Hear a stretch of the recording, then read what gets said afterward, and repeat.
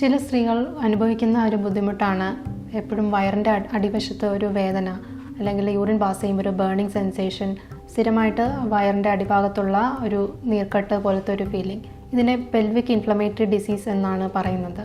ഇത് സ്ത്രീകളിൽ ഒരു റീപ്രൊഡക്റ്റീവ് ഏജിലാണ് കാണുന്നത്.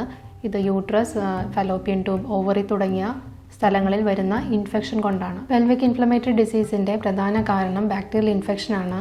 ഇത് cervix, vagina through genital infections, bacterial infections യൂട്രസിൻ്റെ ഭാഗത്തേക്ക് എത്തുകയും അവിടെ കൂടുതൽ ബാക്ടീരിയൽ കോളനി രൂപപ്പെടുത്തുകയും ചെയ്യുന്നു.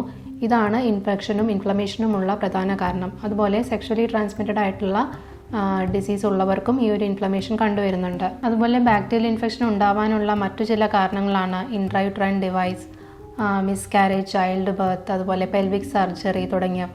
ഇനി പെൽവിക് ഇൻഫ്ലമേറ്ററി ഡിസീസിൻ്റെ ലക്ഷണങ്ങൾ. ഇതിൽ പ്രധാനമായിട്ട് വരുന്നത് വയറിൻ്റെ അടിഭാഗത്തുള്ള വേദനയാണ്.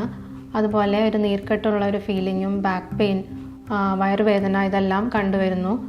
യൂറിൻ പാസ് ചെയ്യുമ്പോൾ ഒരു ബേണിംഗ് സെൻസേഷനും കണ്ടുവരുന്നുണ്ട്. ചിലർക്ക് പനിയും വിറയലും കണ്ടുവരും.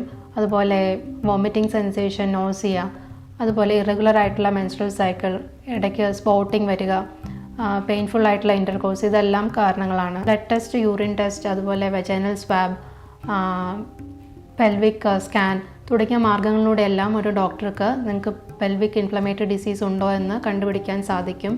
അതുപോലെ ഒരു ഹിസ്റ്ററി ടേക്കിങ്ങും ഇതിൽ വളരെ ഇമ്പോർട്ടൻ്റ് ആണ്. അപ്പോൾ ഒരു ഡോക്ടർക്ക് തീർച്ചയായിട്ടും പെൽവിക് ഇൻഫ്ലമേറ്ററി ഡിസീസ് ഉണ്ടോ എന്ന് കണ്ടുപിടിച്ച് നിങ്ങൾക്ക് അതിന് വേണ്ടിയിട്ടുള്ള അഡ്വൈസും അതിൻ്റെ പ്രിവെൻഷനും തരാൻ പറ്റും. കൃത്യമായ സമയത്ത് ഇതിൻ്റെ ഒരു ഡയഗ്നോസ് നടന്നിട്ടില്ലെങ്കിൽ പല കോംപ്ലിക്കേഷൻസും ഭാവിയിലുണ്ടാവാം. ഇതിൽ ഇൻഫെർട്ടിലിറ്റി അല്ലെങ്കിൽ ക്രോണിക് ആയിട്ടുള്ള പെൽവിക് പെയിൻ, എൻഡോമെട്രിയോസിസ്, അതുപോലെ എക്ടോപിക് പ്രഗ്നൻസി ഇതെല്ലാം ഉണ്ടാവാനുള്ള സാധ്യതകൾ വരുന്നു.